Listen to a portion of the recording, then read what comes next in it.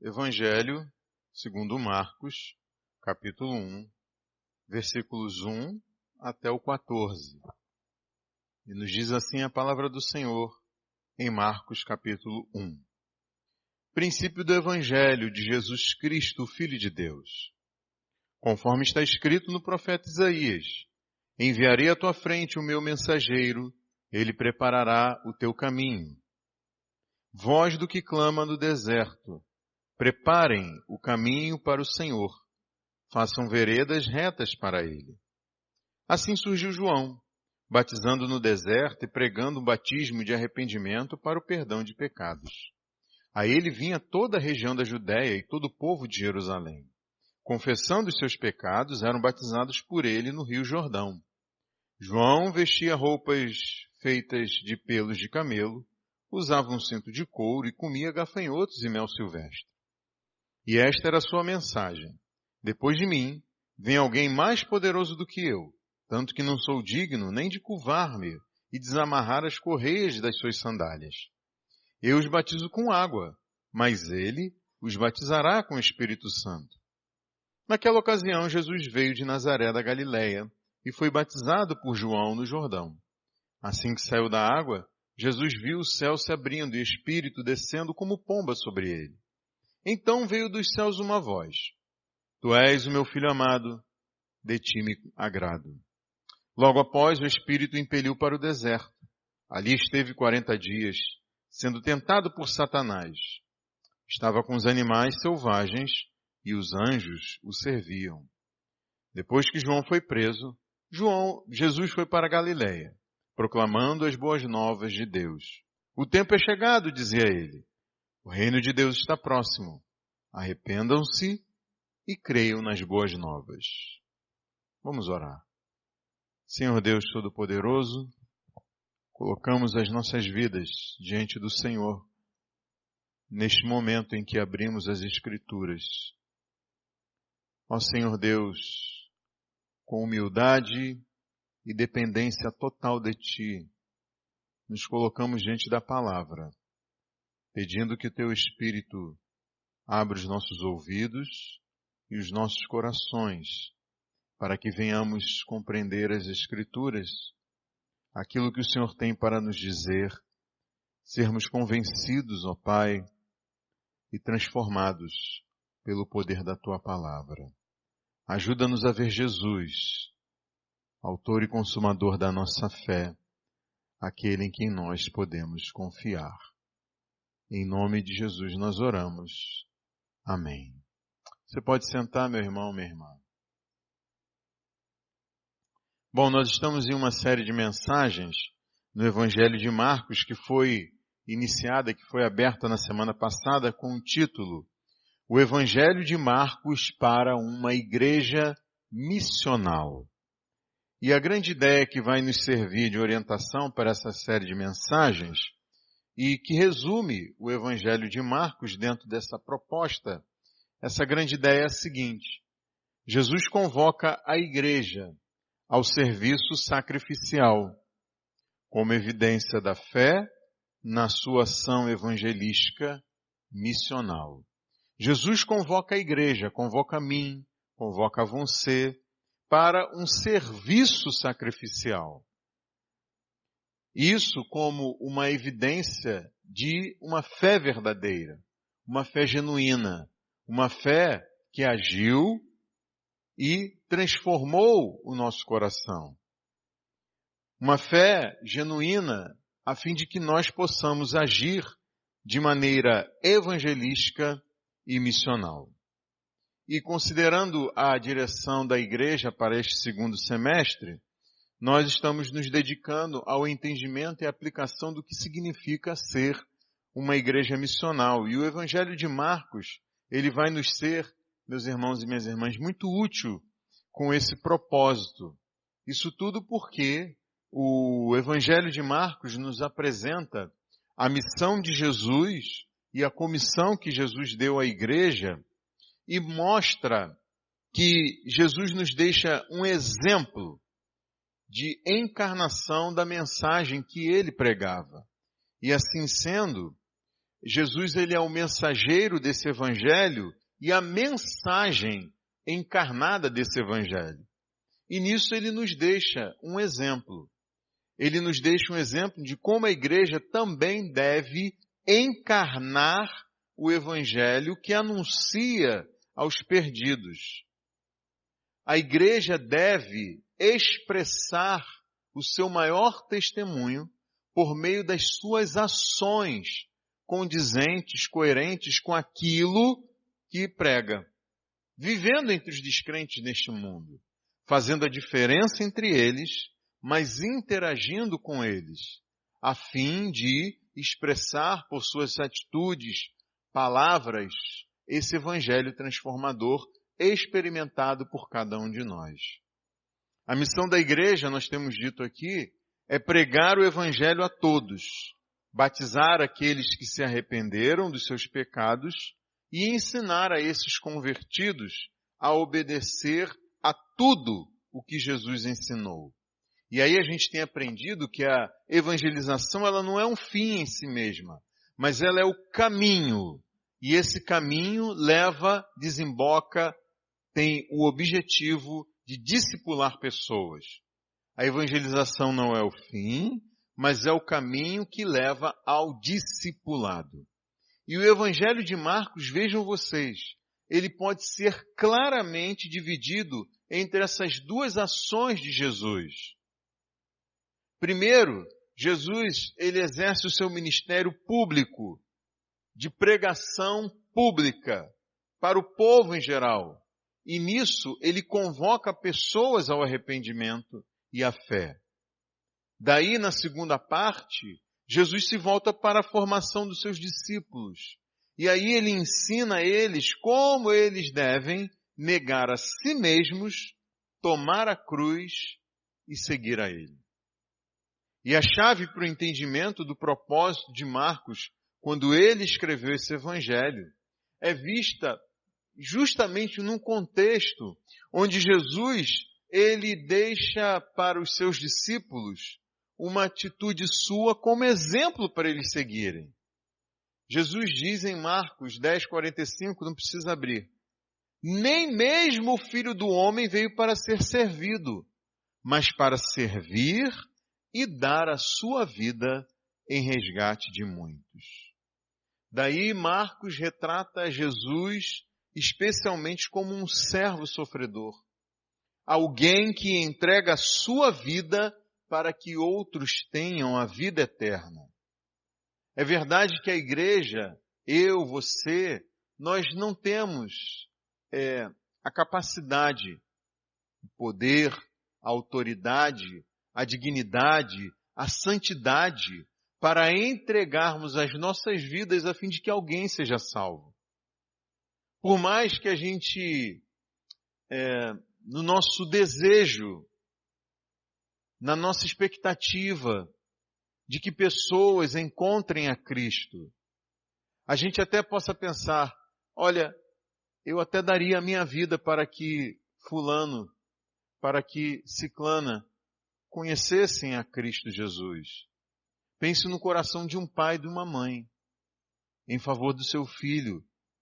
Pensem se eles não estariam dispostos a entregar a própria vida para que seus filhos fossem alcançados pela graça e a misericórdia de Deus. Mas isso nós não podemos fazer.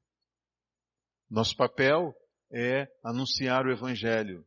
Mas isso também não nos deixa livres ou não nos isenta de termos uma atitude sacrificial em favor daqueles que nós anunciamos o Evangelho da salvação. É por isso que nessa série de mensagens nós veremos que Jesus convoca a igreja ao serviço sacrificial, como evidência da fé na sua ação evangelística missional. E Marcos retrata Jesus como esse servo, mas faz isso em contraste com a descrição de Jesus no início do Evangelho. Vejam que Marcos abre a narrativa aqui no início do Evangelho dizendo, no versículo 1, princípio do Evangelho de Jesus Cristo, Filho de Deus. Então percebam o seguinte, é fato que Marcos enfatiza Jesus como servo, mas no início do Evangelho, ele retrata Jesus de uma forma diferente e até em contraste com esse servo. Princípio do Evangelho de Jesus Cristo, Filho de Deus. E por que eu estou dizendo isso? Porque há elementos aqui, nessa introdução, que seriam facilmente identificados, entendidos, pelos leitores originais desse Evangelho como a referência a um rei. A um rei. Vejam vocês que Evangelho é a palavra de origem grega que pode ser traduzida como boas novas. Ou então, boas notícias. E essa palavra, ela era utilizada no mundo grego de então para acontecimentos importantes, como, por exemplo, o nascimento de um imperador, ou então, uma vitória militar de grande importância. E Marcos usa esta palavra, evangelho, e a atribui a Jesus. Marcos diz que é o Evangelho de Jesus. Então essas boas novas são, em primeiro lugar, a respeito de Jesus. E Jesus é identificado aqui como aquele que traz consigo o reino de Deus. Tanto isso é verdade, que o trecho que nós lemos, encerrado ali nos versículos 14 e 15, diz que Jesus proclamava as boas novas de Deus, dizendo que o tempo era chegado, o reino de Deus está próximo. Arrependam-se e creiam nas boas novas. Então, esse é o evangelho do Rei Jesus. É sobre o Rei Jesus. É a despeito do advento do Rei Jesus. Jesus, ele é o conteúdo, mas ele também é o mensageiro dessas boas novas. Daí, nesse sentido, Jesus traz consigo o reino de Deus.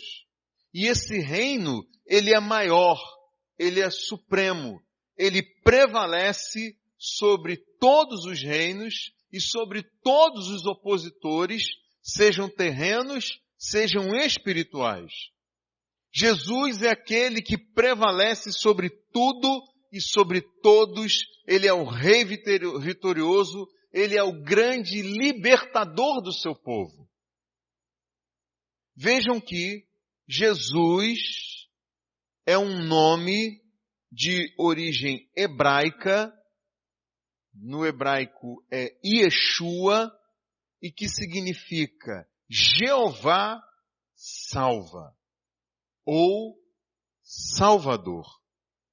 Então Marcos, ele está escrevendo aqui sobre o princípio das boas novas do Evangelho de grande salvação em Jesus e de Jesus.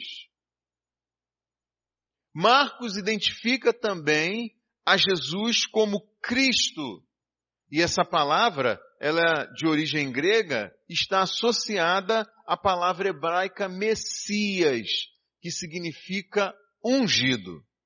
Então vejam, Marcos identifica Jesus como rei, vitorioso, e também como Messias, como ungido.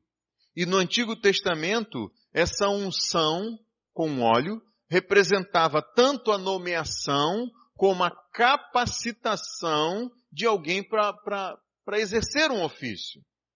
E no Antigo Testamento, esses ofícios eram o de sacerdote, o de rei e o de profeta.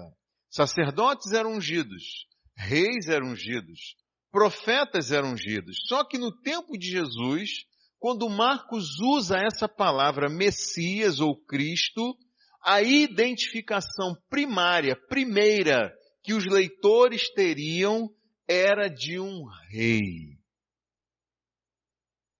O rei prometido pelos profetas de antigamente, que traria libertação ao povo de Deus. Alguém que instauraria definitivamente o reino de Deus entre o seu povo. E Marcos dá mais um passo adiante e identifica Jesus aqui como o Filho de Deus. Esse também era um título messiânico do Antigo Testamento, utilizado lá no Antigo Testamento em primeira mão, de imediato, tendo em vista um homem dedicado ao serviço de Deus.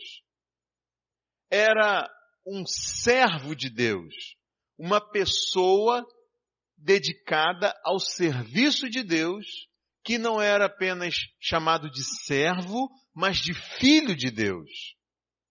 Mas aqui em Marcos tem em mente a divindade de Jesus. Vejam, aqueles eram tempos em que imperadores se julgavam filhos dos deuses. Imperadores se identificavam com uma divindade no trono, a tal ponto de que eles exigiam do povo um culto a eles mesmos, os imperadores. Eles eram considerados homens divinos, mas Marcos identifica Jesus aqui como o Rei divino, o único Rei digno de tal reconhecimento e de tal referência pelas pessoas. Um Rei sem igual em toda a terra, em todos os tempos. Marcos identifica Jesus como o Rei, homem e Deus. E para demonstrar o que ele estava afirmando, ele passa daí então a convocar testemunhas que pudessem confirmar quem Jesus é. E nessa noite, nós veremos que Jesus é o Rei que convoca ao arrependimento e à fé para que o reino de Deus seja recebido. Jesus é o Rei que convoca a mim e a você ao arrependimento e à fé para que nós possamos receber o reino de Deus. Marcos evoca algumas testemunhas que corroboram, que comprovam, que confirmam, que atestam, que reforçam que Jesus é o Cristo, é o Filho de Deus. E essas testemunhas são os profetas bíblicos do Antigo Testamento, João Batista e o próprio Deus Pai, junto com o Espírito Santo. Vejam aqui no versículo de número 2. Marcos convoca os profetas de antigamente como suas testemunhas. Ele diz, conforme está escrito no profeta Isaías, enviarei à tua frente o meu mensageiro, ele preparará o teu caminho. Voz do que clama no deserto, preparem o caminho para o Senhor, façam veredas retas para ele. Marcos convoca aqui o testemunho bíblico do Antigo Testamento para apresentar a realeza e a divindade de Jesus. Apesar dele mencionar aqui apenas o profeta Isaías, ele evoca em primeiro lugar o profeta Malaquias. Malaquias foi o último profeta enviado por Deus a Israel, e depois de Malaquias se passaram 400 anos sem que Deus tivesse falado qualquer coisa ao povo da aliança. Foram 400 anos de silêncio profético, de silêncio da palavra de Deus, de silêncio de Deus. E esse silêncio certamente era uma marca do juízo de Deus sobre um povo obstinado em seus pecados, duro de coração, impenitente, que mesmo advertido, que mesmo chamado ao arrependimento, não se rendia ao Senhor. Mas Malaquias deixa uma profecia e fala por Deus, dizendo o seguinte, eu vou ler, não precisa abrir, Malaquias 3:1. É Deus falando pelo profeta Malaquias. Vejam, eu enviarei o meu mensageiro que preparará o caminho diante de mim. E então, de repente, o Senhor que vocês buscam virá para o seu templo. O mensageiro da aliança, aqueles que vocês desejam, virá, diz o Senhor dos exércitos.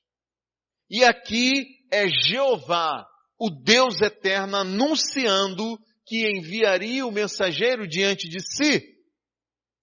Jeová viria como soberano divino, como o Adonai, palavra hebraica que foi traduzida como Senhor, para anunciar a aliança com seu povo, dando a entender uma renovação dessa aliança com seu povo.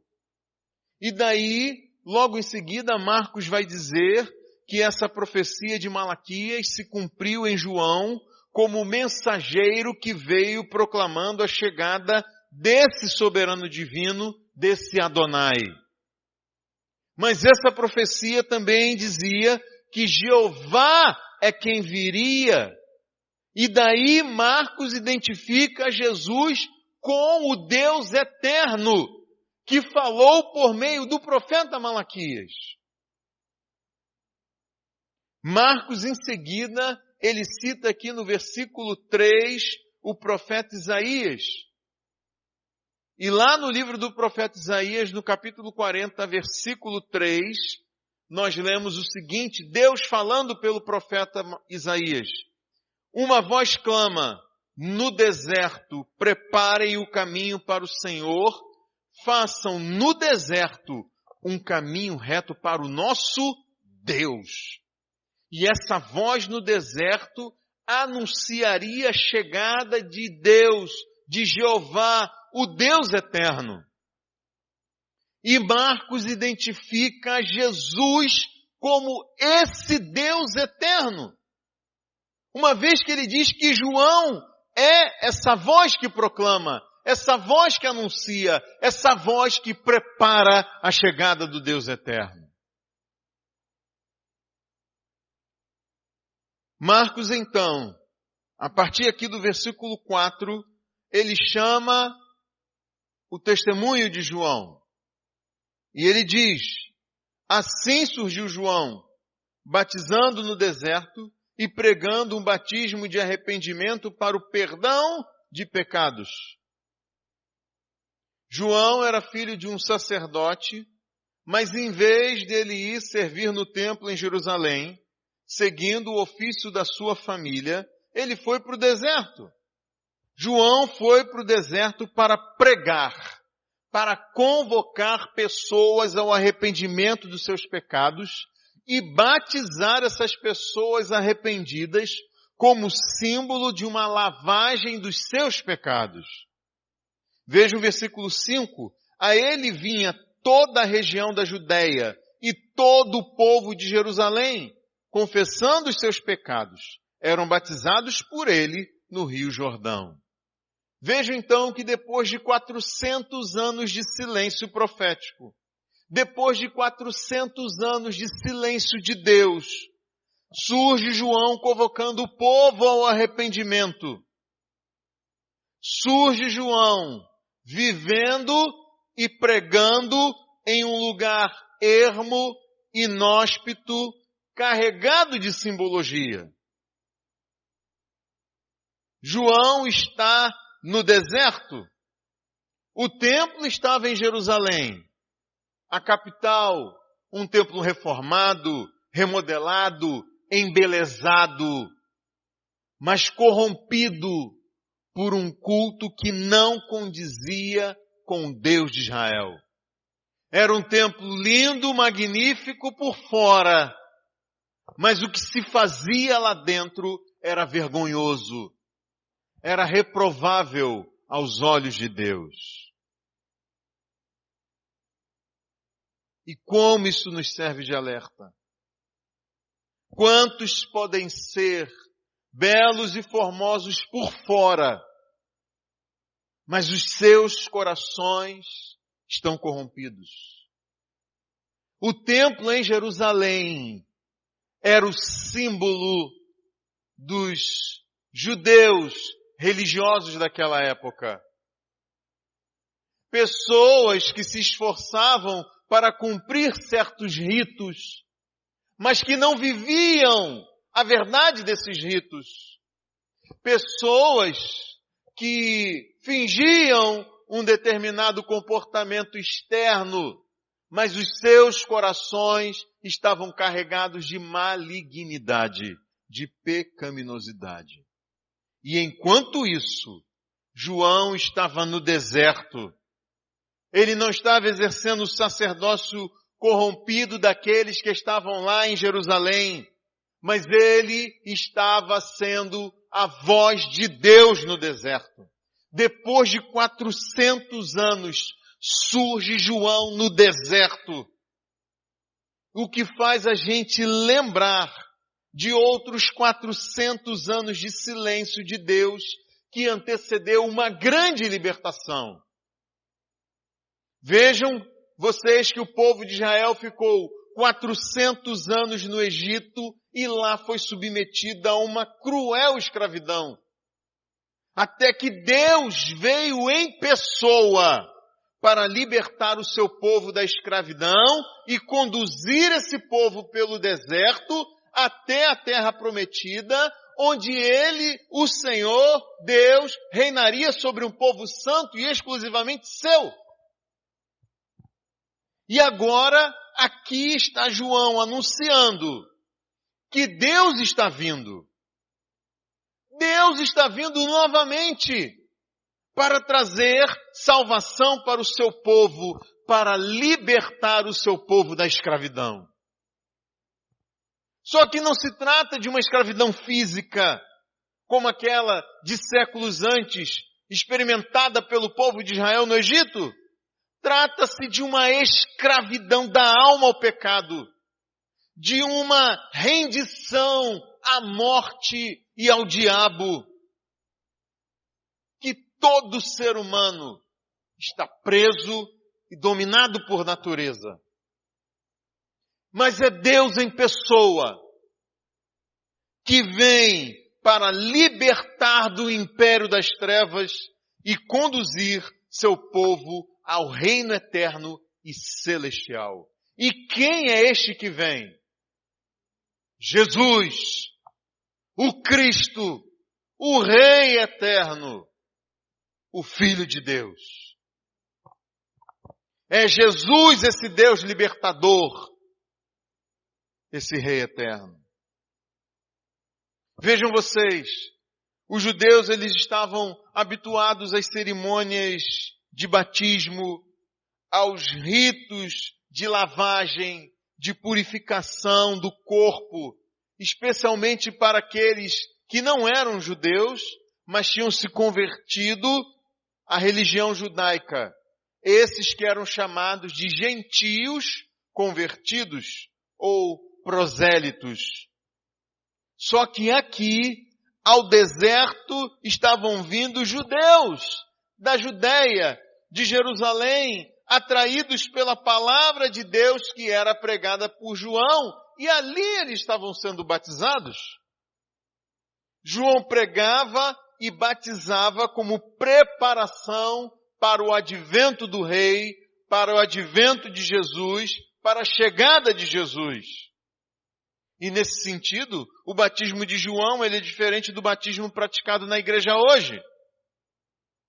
João disse, eu os batizo com água, mas ele os batizará com o Espírito Santo. Enquanto que o batismo de João era preparatório, o batismo da igreja ele é confirmatório. O batismo na igreja é a expressão de uma ação transformadora interior promovida pelo Espírito Santo na vida daquele que se arrepende dos seus pecados, que os confessa e crê em Jesus para a salvação da sua alma. O batismo não é um banho, não é um mergulho. Ainda que para muitos o seja, para alguns o seja. Mas o objetivo não é esse. O objetivo é a confissão pública de que eu ou você morremos para este mundo, para que possamos viver para Deus. E essa ação é promovida pelo Espírito Santo interiormente. É por isso que João dizia, versículo 7, e esta era a sua mensagem: depois de mim vem alguém mais poderoso do que eu, tanto que não sou digno nem de curvar-me e desamarrar as correias das suas sandálias. Eu os batizo com água, mas ele os batizará com o Espírito Santo. João se coloca como um simples, como um mero mensageiro. Alguém indigno de exercer a mais baixa função entre os escravos daquele tempo, que era receber o amo e tirar as sandálias empoeiradas daqueles pés empoeirados. E aí eu lhe pergunto, meu irmão, minha irmã, e nós, quem somos? Com quem nós nos identificamos? Como crentes missionais, como nós nos vemos na nossa missão nesse mundo? João nos serve de modelo. Vejam vocês que o nome João significa: o Senhor é misericordioso. O nome João significa: o Senhor é misericordioso. E como crentes missionais, nós precisamos pregar e exercer a misericórdia, que só pode ser encontrada em Deus e a qual nós experimentamos. É com misericórdia que nós nos relacionamos, devemos nos relacionar com as pessoas nesse mundo. É com misericórdia que nós precisamos pregar essas pessoas. Até o mais vil pecador, até o mais imoral pecador. A nossa pregação não deve ser como um porrete nas nossas mãos, como um martelo nas nossas mãos, a fim de espancar pessoas, mas deve ser uma mensagem de misericórdia por almas destruídas, desoladas, assoladas pelo pecado. Há uma forma de se anunciar isso, é verdade. Nós levamos as boas novas, mas antes precisamos declarar a essas pessoas as mais novas, as más notícias. E aí eu lhe pergunto, será que nós temos, assim como João, preparado pessoas para que se encontrem com o Rei Jesus? Será que você tem pregado as boas notícias e conclamado para que pessoas tomem uma decisão diante do convite do Evangelho? Será que você tem anunciado as boas notícias de salvação em Jesus? Mas antes, tem falado às pessoas sobre as más notícias de que elas estão condenadas à morte eterna, se elas permanecerem no estado em que estão, aprisionadas por seus desejos pecaminosos, cometendo delitos e transgressões contra a vontade de Deus, buscando a própria redenção, enquanto desprezam a Deus em seus corações e ao Rei Salvador Jesus. E daí, meu amigo, minha amiga, se você se encontra nesse estado nesta noite e ainda não se arrependeu nem confessou seus pecados a Deus, não deixe passar esse dia. Pode ser que você se ache uma pessoa boa e talvez pense que um Salvador lhe seja dispensável. Talvez você venha buscando fazer o seu melhor enquanto que ignora que não há bem nenhum que você possa fazer para que seja digno de entrar no reino de Deus. A sua moralidade elevada, a sua religiosidade elevada não livrarão você do inferno e não conduzirão você ao reino eterno de Deus. É somente por meio do Salvador Jesus que você pode ser recebido no reino de Deus. E aí eu lhe pergunto, será que você já foi convencido? Será que você já foi convencida dos testemunhos bíblicos e dos anúncios do Evangelho por pessoas crentes em Jesus? Ou você ainda permanece incrédulo, resistente ao convite do Evangelho? Daí então, quem sabe, o testemunho do próprio Deus convença você. Daí então, Marcos chama mais uma testemunha. O próprio Deus e o Espírito. Vamos ler aqui os versículos 9 a 11. Naquela ocasião, Jesus veio de Nazaré da Galileia e foi batizado por João no Jordão. Assim que saiu da água, Jesus viu o céu se abrindo e o Espírito descendo como pomba sobre ele. Então veio dos céus uma voz: Tu és o meu Filho amado, de ti me agrado. O batismo de Jesus aqui, meus irmãos e minhas irmãs, é uma identificação e uma aceitação por parte de Jesus. Jesus se identifica com a humanidade pecadora, ainda que ele mesmo não tenha pecado, nunca tenha pecado. Mas ele veio para se identificar com o ser humano. A Bíblia diz que em todas as coisas ele foi provado, ele foi tentado, mas em nenhuma delas ele pecou. Jesus sabe o que é sofrer. Jesus entende o sofrimento. Ele compreende as provações que nós passamos. Ele sabe o que é chorar. Ele sabe o que é estar esmagado debaixo da mão de Deus. Mas não por causa dos pecados dele. Jesus se identifica com a humanidade. E ao mesmo tempo, aqui no batismo, ele aceita o sofrimento e a cruz como substituto de todos que se arrependem e creem. Ele se identifica com o ser humano. E a tal ponto de tomar o lugar na cruz daquele que merecia, eu e você, estar ali. Jesus vê, Marcos narra, o céu se abrindo.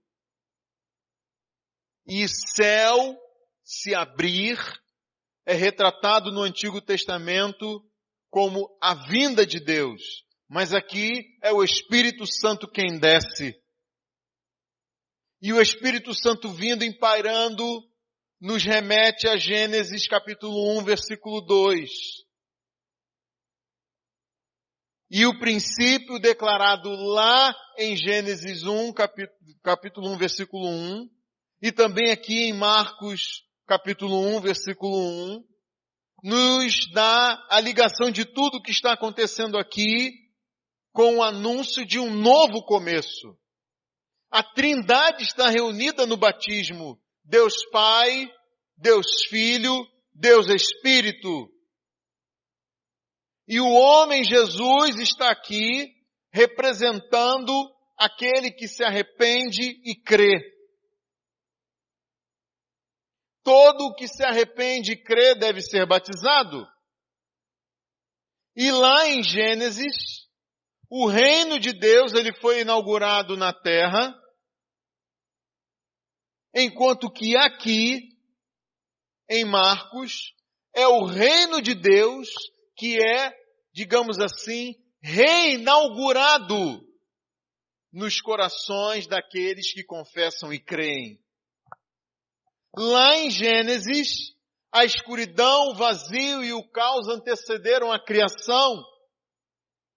E aqui é a escuridão, o vazio e o caos de almas pecadoras que se rendem em arrependimento e fé que antecede a regeneração promovida pelo Espírito Santo.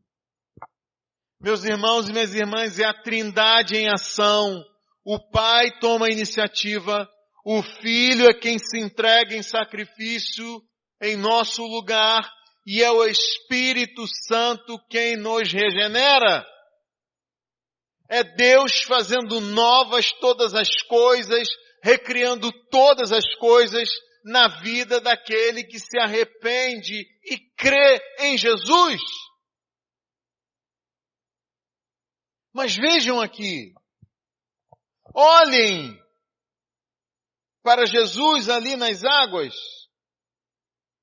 vejam o testemunho de Deus sobre Jesus, declarando que Ele é o Filho amado em quem o Senhor se compraz, de quem o Senhor se agrada. Essa referência de Filho amado também é um título messiânico do Antigo Testamento que aponta para o servo de Deus. Então Marcos está já antecipando aqui dizendo que Jesus, ele não é só o rei, mas também é o servo. Jesus é o rei vitorioso, mas também é o servo sofredor que veio dar a sua vida em resgate de muitos.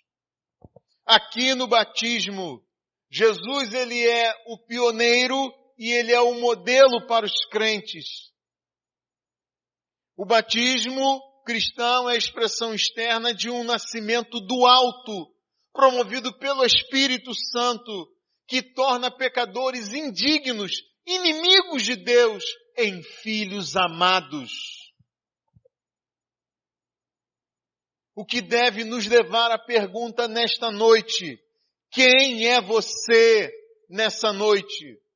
Será que você é um inimigo de Deus ou um filho amado em quem Deus se compraz? Olhe para a sua vida, sonde o seu coração, investigue a sua alma, avalie a sua conduta, veja se em você há frutos, se você tem vivido para o agrado de Deus, ou você tem vivido para o seu próprio agrado.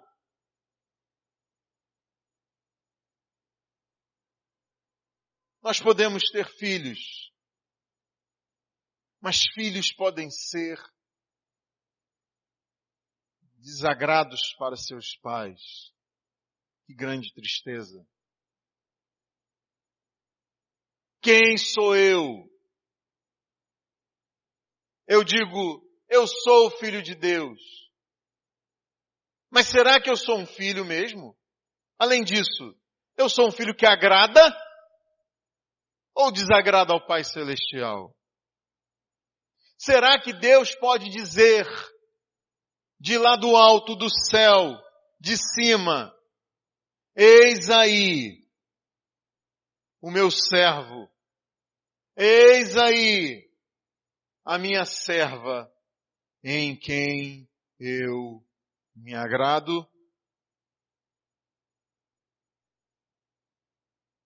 Como eu disse, Jesus é o pioneiro e o modelo para os crentes. E aí nós lemos aqui nos versículos 12 e 13. Logo após o Espírito o impeliu para o deserto. Ali esteve 40 dias sendo tentado por Satanás. Estava com os animais selvagens. e os anjos o serviam. E o termo que foi traduzido aqui como logo após, aparece mais de 40 vezes no Evangelho de Marcos. Aqui indica prontidão, sem hesitação para cumprir a missão e o plano divino. É o Espírito que conduz Jesus ao deserto e ele não hesita. E lá ele é tentado por 40 dias, mas prevalece. É novamente a imagem do rei vencendo seus inimigos. O rei vence Satanás. Satanás significa inimigo, adversário. E vejam, é uma batalha na área espiritual, quanto também na área terrena. O rei eterno vence Satanás e o servo sofredor vence as feras selvagens em um ambiente físico inóspito e hostil.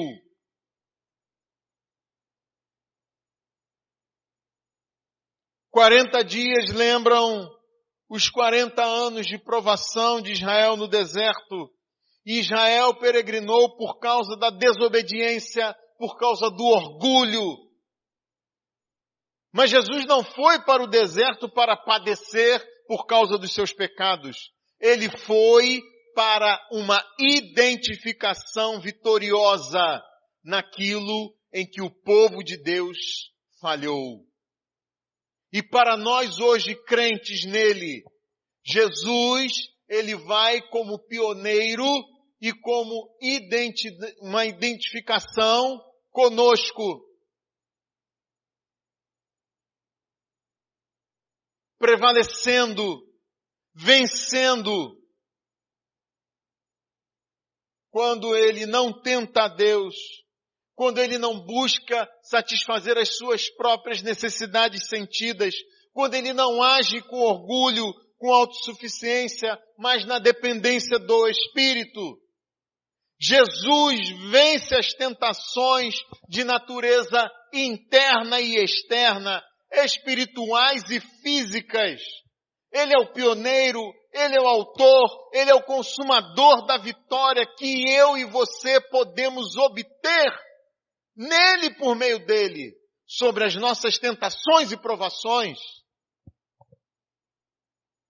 Vejam, Marcos escreveu este evangelho para crentes, principalmente gentios, mas também para judeus, lá em Roma, num período onde esses crentes estavam sendo duramente perseguidos, mortos.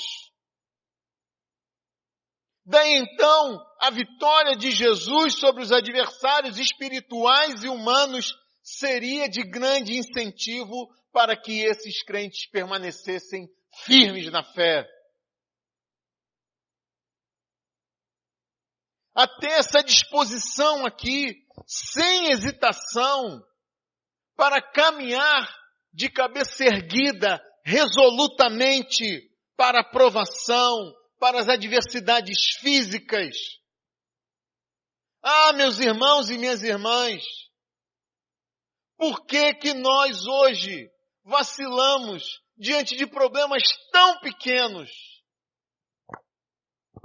Como nós não olharemos para trás, para Jesus como pioneiro e exemplo, para os mártires na história da igreja, e não iremos corar de vergonha quando qualquer coisinha, e eu não quero desprezar, assim, a sensibilidade de cada um, a diferença de cada um, mas existem coisas que realmente são muito pequenas, e elas nos afastam do caminho.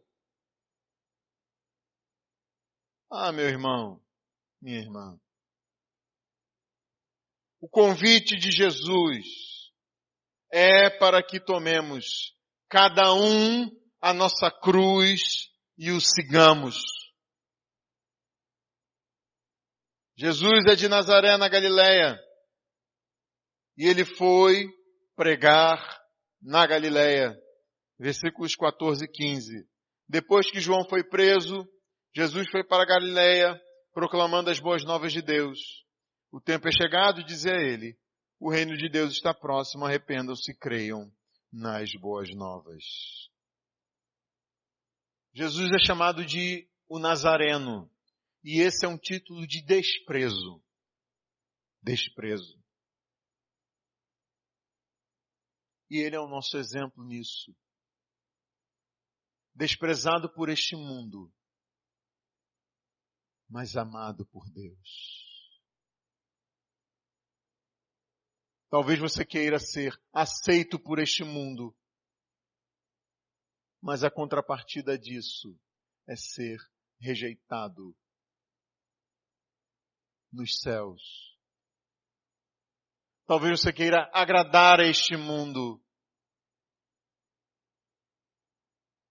mas ao fazer isso, você vive para o desagrado de Deus. A Galileia era uma região gentia e foi aos gentios, desprezados, que Jesus foi pregar em primeiro lugar. E daí Jesus se identifica com aqueles a quem prega.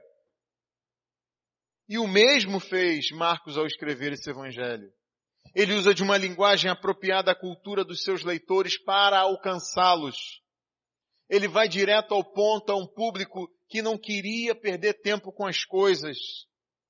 Ele não se perde em detalhes que, mesmo sendo verdadeiros, mesmo sendo valiosos, desviariam Marcos de uma comunicação mais efetiva e vital com seus leitores. Marcos era tão judeu quanto Mateus, por exemplo, que escreveu o Evangelho de Mateus, mas ele se tornou como um de fora a fim de ganhar para Cristo os que vivem fora do regime da lei. O Evangelho de Marcos é o do Cristo Rei e do servo sofredor. E vejam que, diferente dos outros evangelhos, Marcos não começa contando a história da família de Jesus, de quem ele era filho, de como se deu o nascimento dele, de qual era a sua descendência. E isso é proposital. Porque Jesus, no Evangelho de Marcos, ele é o servo. E um servo não tem história, não tem genealogia, pouco importa de onde ele veio. Mas só que Marcos aponta para Jesus como o servo que é rei e que é Deus.